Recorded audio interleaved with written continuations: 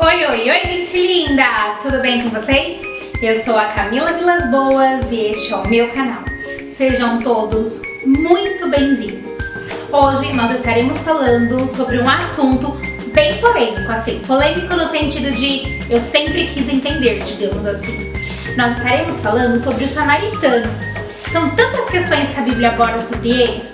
É Jesus que faz uma parábola sobre o bom samaritano, é a mulher samaritana que Jesus pede água, é o leproso samaritano, o único que agradece a Jesus.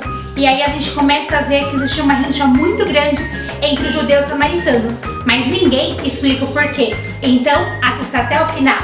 Vem comigo!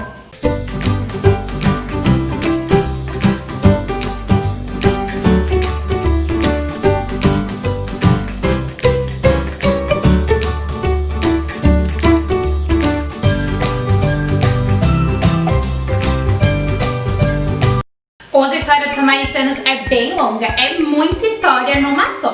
Então, pra encurtar, eu tô aqui com a minha colinha, vocês estão vendo, e assistam até o final se você sentir alguma dificuldade de entender, tipo, como assim, Camila? Espere que eu vou chegar lá, então assista até o final, viu? Mas antes, não se esqueça de se inscrever aqui embaixo, dar o seu joinha e ativar, ó, o sininho para receber as notificações dos vídeos novos no canal. Gente, o conteúdo é bom, por favor, me ajudem a fazer esse canal crescer. Agora vamos começar a falar sobre os samaritanos. A história começa bem antes, quando Israel era dividido em 12 tribos. Então todo o estado de Israel tinham as divisões, que eram em 12 tribos, e cada tribo tinha o seu pedaço de terra. Aí veio um rei, o rei Davi, e o rei Davi, ele unificou toda aquela terra. Então, não era mais separado por 12 tribos, cada um com o seu pedaço. Ele era rei de tudo. E era o rei do estado unificado de Israel. Logo depois, ele teve um sucessor, conhecido como rei Salomão. Rei Salomão, ele foi conhecido por ser um rei muito sábio. Só que no fim da sua vida, que muita gente não sabe, ele se desviou dos caminhos do Senhor. Ele começou a ir para idolatria, ele começou a ir para um caminho assim de perdição. Ele começou a ir para um lugar que não era aquilo da vontade de Deus. E ele tinha um oficial. Esse oficial chamava Jeroboão. E esse oficial ele começou a ficar muito conformado com as coisas que o rei Salomão ele estava fazendo, não estava agradando a Deus. Assim, a terra já não era mais tão boa como foi no tempo de Davi. Estava tudo muito difícil para eles. Então ele estava saindo de lá revoltado, ele até virou tipo um inimigo de Salomão. E quando ele estava saindo lá, tipo, o que está acontecendo com esse país? O que está acontecendo com esse estado? Cadê o rei Davi, que fez algo tão lindo, ele está estragando tudo? E ele encontrou um profeta chamado Aias. Esse profeta o encontrou e ele estava vestido com uma capa nova. O profeta pegou a sua capa e rasgou em 12 pedaços. E falou assim: Jeroboão, Deus vai te dar 10 tribos para você governar. A descendente de Davi vai continuar governando, mas só com 2 tribos. E você vai reinar sobre a maior parte de Israel. Mas seja firme, continue nos caminhos do Senhor, continue fazendo aquilo que agrada a Deus, porque o reino vai prosperar se você ouvir os mandamentos de Deus, se você seguir a Deus. E Jeroboão fugiu lá para o Egito com aquela palavra guardada no coração dele. Mas ele assim, nada de querer fazer falsidade, trabalhar não. Ele foi lá seguir a vida dele. Então o rei Salomão chegou a falecer. Quando ele faleceu, ele tinha um filho chamado Roboão. E esse filho ele foi assumir o trono. Tinha lá o Jeroboão oficial e Roboão, o filho de Salomão. Os nomes são meio parecidos, né? Então, Roboão ele foi assumir o trono. Quando ele foi assumir o trono, Jeroboão lá do Egito soube, ó, ele se mandou lá para Israel para conversar com Roboão. Quando tava lá na época lá de posse, de reinado, Jeroboão falou assim: Roboão, alivia o fardo que o seu pai colocou em nós.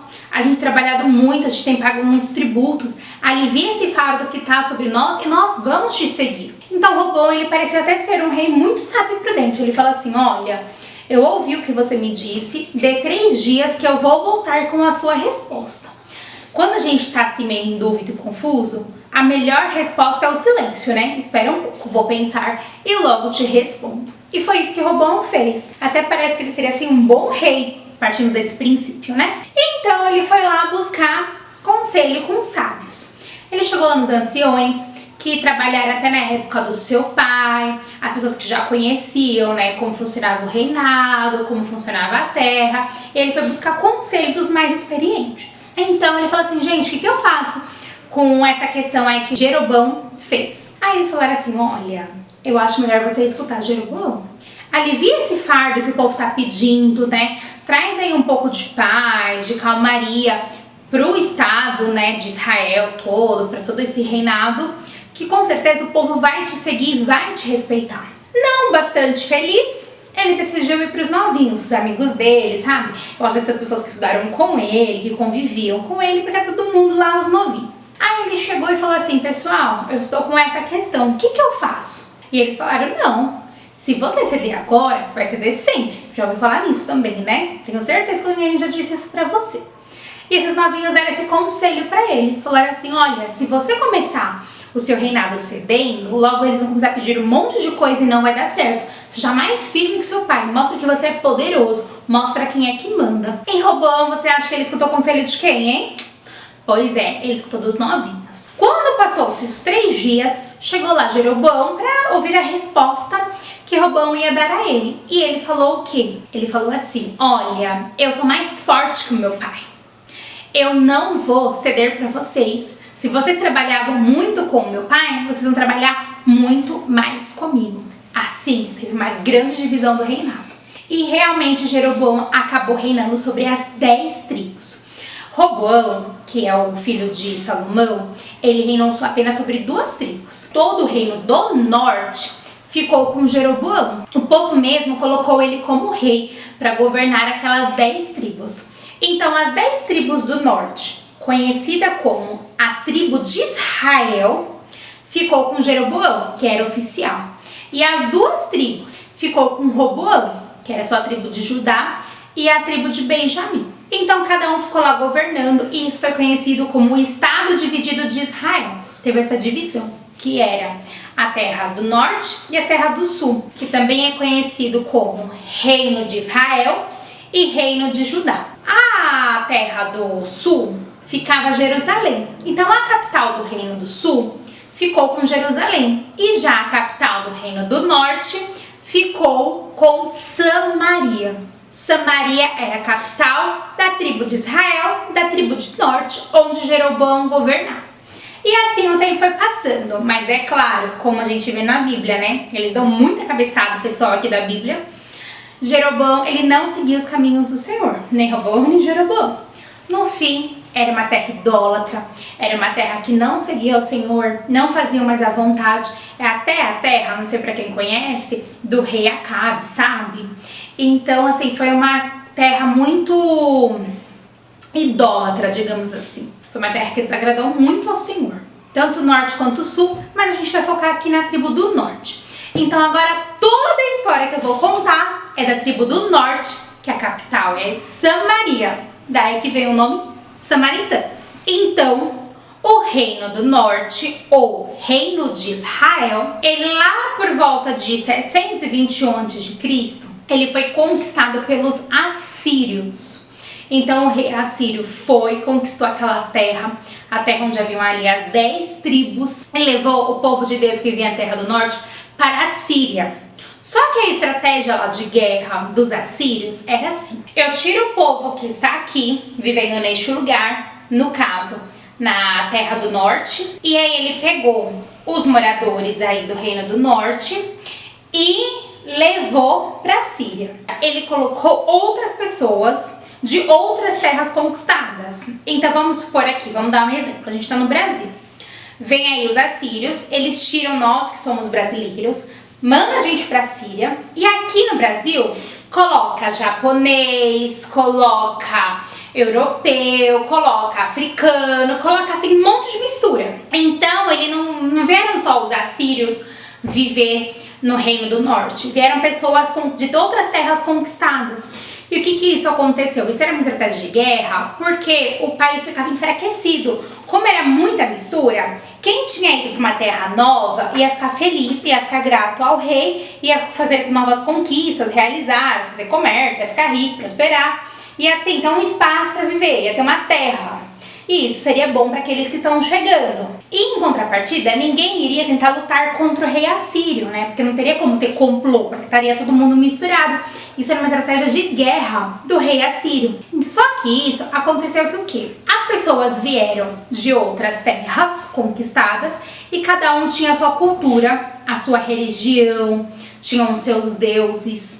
E eles começaram o quê? A colocar no reinado do norte tudo isso o que eles viviam. Então eles colocaram a sua idolatria, eles colocaram os seus deuses, eles começaram a colocar a sua cultura. Então o reino do norte, ele não era mais como ele era, a tribo do povo de Deus, embora o povo de Deus também estava bastante corrompido. Começou a virar o quê? Uma miscigenação, que até é como a gente fala no Brasil, né? No Brasil é todo mundo misturado. E ficou bem por aí. Só que para os judeus, isso era uma coisa muito forte, muito séria, porque eles eram um povo separado, eles eram pessoas assim, só andavam entre eles, e de repente veio toda essa mistura. E olha que interessante, eles começaram a tanto adorar os seus próprios deuses, a viver da maneira que eles queriam, que começou a vir muitos animais selvagens no reino do norte. E até o rei da Síria precisou mandar sacerdotes judeus, o pessoal do povo de Deus, os judeus, mandar para esse reino do norte para voltar para lá, para ver se acabavam com esses animais, como se fosse uma praga de Deus. Só que tudo isso acabou causando o quê? Uma miscigenação. E não é só uma miscigenação, acabou acontecendo muito um sincretismo religioso, que é a palavra correta dizer.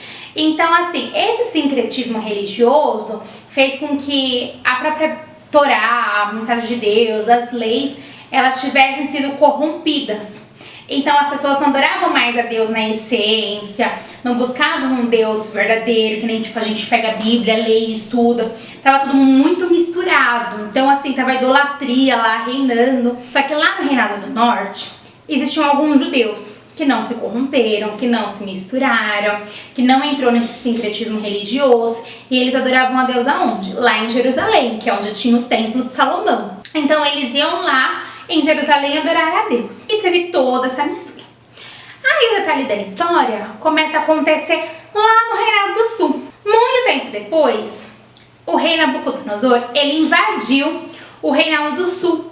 E o que ele fez? Ele conquistou, né, o Reinado do Sul, levou o cativo lá para Babilônia, e o povo viveu lá escravo na Babilônia. Ele destruiu o templo, destruiu os muros. Só que lá na Babilônia depois, os persas, eles permitiram que os judeus lá do Reinado do Sul voltassem à sua terra. E quando eles voltaram à sua terra, eles não tinham assim se corrompido com as outras religiões, não tinha tido esse sincretismo no Reinado do Sul, como aconteceu no Reinado do Norte. No Reino do Sul, não. Essa não era uma estratégia de guerra dos babilônicos, pelo contrário, eles deixaram preservar aquilo que era a cultura, a religião, a maneira dos judeus viverem no Reinado do Sul.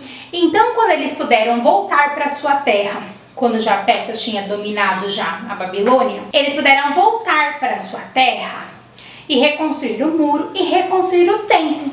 E aí que começa toda a treta. Os pessoal lá, os samaritanos, o pessoal lá de Samaria, do Reinado do Norte, quiseram ajudar a reconstruir o templo. A gente vai ajudar a reconstruir o templo, que legal, a gente vai reconstruir o templo. Só que eles já tinham a sua fé muito misturada, já não estava mais muito na essência de Deus, aquilo que Deus queria.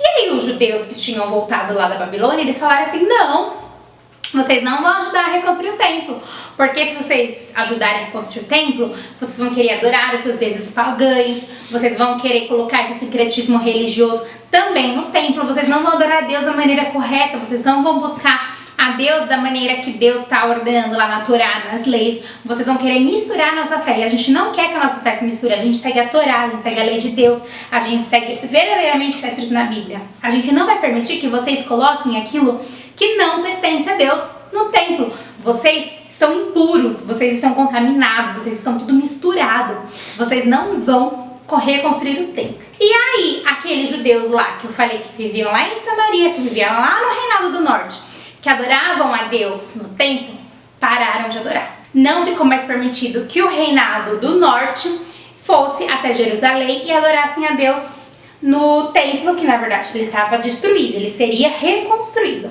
Então, a treta começou a ficar forte. Os samaritanos, como eles não puderam ajudar na reconstrução, já que eu não ajudo, o que a gente faz? Atrapalha! Então foi isso que os samaritanos começaram a fazer, atrapalhar a reconstrução do templo. E aí, briga garantida, porque eles queriam reconstruir, vinham samaritanos e causavam briga lá, e aí mandava a carta lá pro rei, pedir reconstrução, e eles foram brigando. Enfim, o templo foi reconstruído. Os samaritanos não foram bem-vindos. E deste momento tem essa treta entre os judeus e samaritanos. Resumindo, os samaritanos é um povo misturado, um povo impuro, um povo onde o sincretismo ele ficou muito forte, eles já não adoravam mais a Deus na essência como tinha que ser antigamente. Sendo assim, os judeus que eram lá do reinado do sul, eles não permitiam que os samaritanos chegassem perto. Então, tipo, preconceito total. Não quero você perto de mim. Você não é mais do povo escolhido, porque você misturou. Você antes era do povo escolhido, você era descendente de Abraão, agora nem sei mais que descendência você é. Teve tanta mistura lá no Reinado do Norte que agora eu não sei mais quem você é. E aí teve essa divisão. E a briga era tanta, que na época de Jesus era assim, ó. Lá no sul ficava Jerusalém. A Galileia ficava lá no nortão. E Samaria ficava no meio. Para ser mais rápido, é só passar reto. Mas não, eles davam toda uma volta por trás do Rio Jordão só para não pisar em Samaria. Então, judeu não pisava em Samaria. Na época bíblica de Jesus Cristo, a gente vê que já não tinha mais aquela divisão. Reino do Norte, Reino do Sul, Reino 12 tribos. Não, era o povo de Israel, era um único país e ele tinha essas divisões como se fossem estados. Então, tinha lá a Judéia, que é onde ficava Jerusalém, Samaria, que você já sabe o que é Samaria, e lá em cima ficava Galileia. Então era uma outra divisão, mas a Samaria, aquele centro, a capital do Reinado do Norte, já estava assim, contaminada para os judeus. Então, essa é a grande briga entre os judeus e os samaritanos. E tem um detalhe. Logo depois da reconstrução do Templo de Jerusalém, eles decidiram fazer um templo para eles, que ficava no Monte Gerazim. Então eles construíram outro templo, adoravam Deus à sua maneira, faziam sacrifícios à sua maneira. Então, tipo, era Israel com 2 templos. Só que teve um rei chamado Rei João Hircano, lá por volta de 128 a.C., e ele destruiu esse templo dos samaritanos. Mesmo, tipo, 2 templos. Tava meio confusa aí a história, né? Divisão total. Lembrando, viu, que a casa dividida não prospera. E estava bem dividido lá o reinado de Israel. Samaria lá no seu canto e os judeus em outras partes. Por isso que a gente vê, tanto na Bíblia, Jesus falando, e na passagem na época do Evangelho, falando tanto de samaritanos, porque essa briga ela era muito visível, ela era muito clara. Só que Jesus Cristo, ele não tem preconceito. Jesus Cristo, ele veio para os seus não receberam, e ele veio para todos nós. Então, independente das diferenças que nós temos, Jesus Cristo ele veio para todos aqueles que creem nele de coração e que querem que ele viva em suas vidas e que o receba como o Senhor de suas vidas. Isso é para todos, isso é para nós, porque imagina, se dependesse ser de Abraão para conseguir ter Cristo no coração, a gente estava meio que perdidos, né? E agora, para finalizar a história aí da briga entre os judeus e os samaritanos, eu espero que você tenha compreendido bem porque a origem dessa briga, né? Porque a gente vê tanto assim, tipo, essa briga aí no Evangelho, a gente não consegue entender de onde vem. Então, foi bem importante, assim, esse estudo para clarear a visão que vocês têm dos samaritanos e também por que de tudo isso. Então, a passagem que eu trouxe hoje tá em João 4. Eu vou fazer alguns cortes nessa mensagem para ficar mais rápido, mas conta a história de que Jesus ele estava indo para Galileia, ele estava saindo de Jerusalém, indo para Galileia, e o meio ficava Samaria. Todo mundo dava essa volta, só que Jesus decidiu, nesta vez, não dar a volta e ir pelo meio de Samaria. Quando ele chegou lá em Samaria, tinha um poço, e ele estava lá sozinho. Ora, o poço de Jacó estava ali. Jesus, pois, cansado de sua viagem, assentou-se assim, junto do poço, e era cerca da hora sexta. Então, vindo uma mulher de Samaria para tirar água, disse-lhe Jesus: dá-me de beber. Pois seus discípulos tinham ido à cidade para comprar alimento. Então, disse-lhe a mulher samaritana: como é que tu, sendo judeu, pedes águas para mim, que sou samaritana? Porque os judeus não se relacionavam com os samaritanos. Jesus respondeu e disse: se tu conheceras o dom de Deus e quem é que te diz, dá-me de beber, tu lhe pedirias e ele daria água viva. Disse-lhe a mulher: Senhor, tu não tens com quem atirar e o poço é fundo. Onde, pois, tem água viva? Jesus respondeu e disse: qualquer que beber desta água terá sede novamente, mas aquele que beber da água que eu lhe der nunca terá sede. Mas a água que eu lhe der se fará nele uma fonte de água e jorrar para a vida eterna. Disse-lhe a mulher: Senhor, dá-me dessa água, para que eu não tenha sede e não venha aqui tirá-la. Disse-lhe Jesus: vai, chama o teu marido e vem cá. A mulher respondeu e disse: eu não tenho marido. E Jesus disse: tu disseste bem, eu não tenho marido, porque tu tiveste 5 maridos. E o que tens na tua casa agora não é o teu marido. Isso disseste com verdade. Disse-lhe a mulher: eu percebo que tu és um profeta. Vós adorais o que não conheces, disse Jesus. Nós adoramos o que conhecemos, porque a salvação é dos judeus. Mas a hora vem, e agora é, em que os verdadeiros adoradores adorarão o Pai em espírito e em verdade, porque o Pai procura a tais para adorá-lo. Deus é um espírito, e os que o adoram devem adorá-lo em espírito e em verdade. A mulher lhe diz: eu sei que vem o Messias, que se chama o Cristo. Quando ele vier, ele vai nos anunciar todas essas coisas. E Jesus disse: sou eu que falo contigo. Então, muitos samaritanos naquela cidade creram nele, por causa da palavra daquela mulher, que ela saiu falando para todo mundo que tinha encontrado o Messias. E Jesus ficou lá na cidade por 2 dias e muitos creram que Jesus Cristo era o Messias. Então Jesus, ele encontrou aquela mulher samaritana, sem preconceito nenhum. Assim como Jesus não tem preconceito de mim nem de você. Ele não nos vê como o homem vê. Ele não vê tudo aquilo que são os estereótipos que o mundo coloca em nós. Ele olha a nossa alma, ele olha a nossa essência.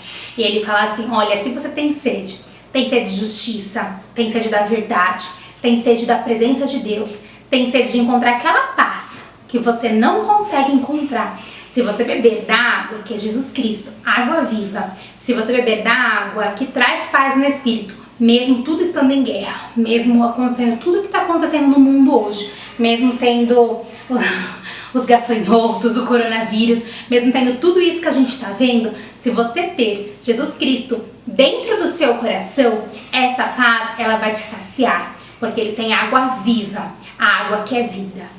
Essa água aqui, eu posso beber, ela vai acabar e eu vou continuar com sede, mas a água viva, que é Jesus Cristo, se ela estiver dentro do seu coração e dentro do meu coração, a gente nunca mais vai ter sede, porque Jesus Cristo mora nas nossas vidas. Então aproveite que você tem essa oportunidade de não sofrer preconceito por Jesus Cristo, de você, assim, ser amado por Deus, independente de tudo que você sofreu, que você viveu, que você pecou, que você fez.